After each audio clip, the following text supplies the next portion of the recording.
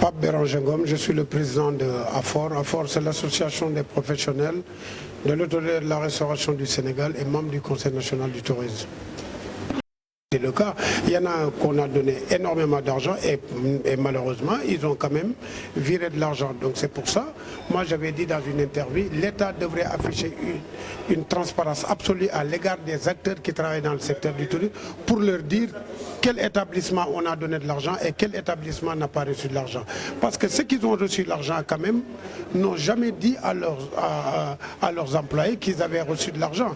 Parce qu'il n'y avait pas un journal officiel qui a édifié, naturellement, qui a édifié cela, qui nous a dit exactement tel établissement a reçu et tel établissement n'a pas reçu. Donc tout ça a posé énormément de problèmes dans le secteur. Donc je sais que tous les grands hôtels ont reçu de l'argent, notamment le King Fahd avait reçu de l'argent, le Radisson, il y a d'autres établissements, le Terrou-Bi.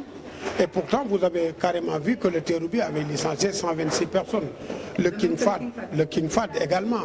Alors, je ne vois pas pourquoi l'État n'a pas réagi. D'ici là, nous avons fait un cri de cœur, mais jusque-là, on n'est pas venu au secours, en tout cas des travailleurs. Et ça, c'est pas normal. Je pense que nous sommes des Sénégalais, des dignes fils de ce pays-là.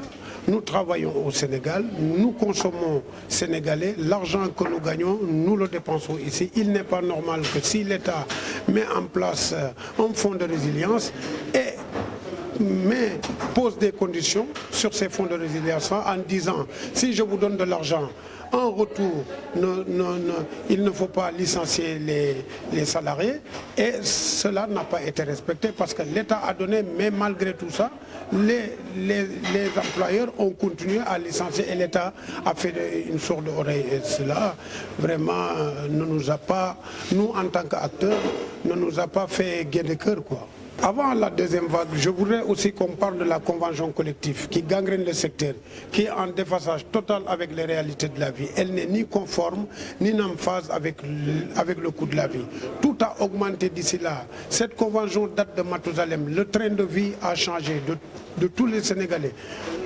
Donc pourquoi cette convention collective, on ne peut pas la revoir?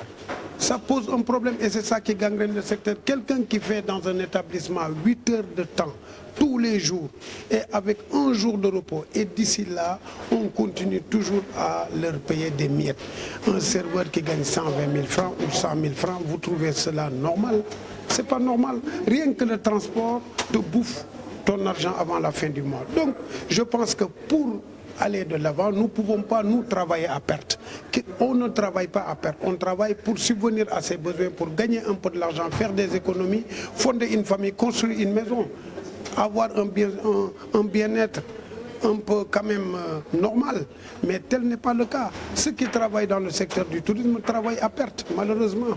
La révision de la convention collective et faire une refonte totale du secteur du tourisme. Ceux qui étaient là depuis Mathusalem, qu'on dit le syndicat patronat hôtelier, il va falloir refaire une refonte totale, mettre en place et faire en sorte que dans les instances de décision, qu'il y ait des acteurs qui travaillent dans le secteur du tourisme. Parce que les instances de décision, qui est là-bas? Tu as l'État, tu as le syndicat patronat hôtelier et tu as les syndicats qui défendent les travailleurs.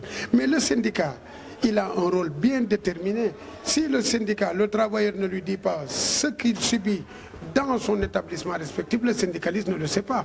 Donc il est temps que nous, acteurs, qu'on soit dans les instances de décision. Et ça, c'est important. C'est bon?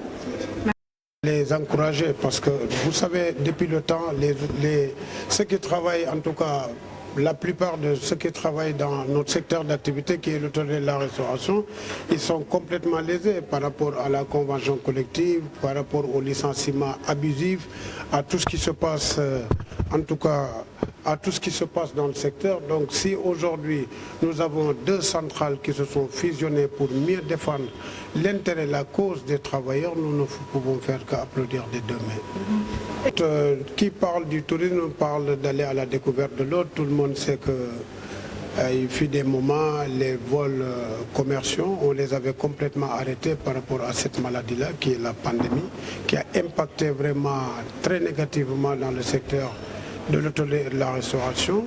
Ça c'est clair, donc ça nous a causé énormément de difficultés et de dégâts. Ça fait en sorte que le patronat a licencié énormément d'employés. Ils ont aussi également profité aussi de l'occasion pour pouvoir soutirer de l'argent à l'État en leur disant que voilà, par rapport à ce qui se passe, nous ne pouvons plus tenir parce qu'on n'a plus d'argent.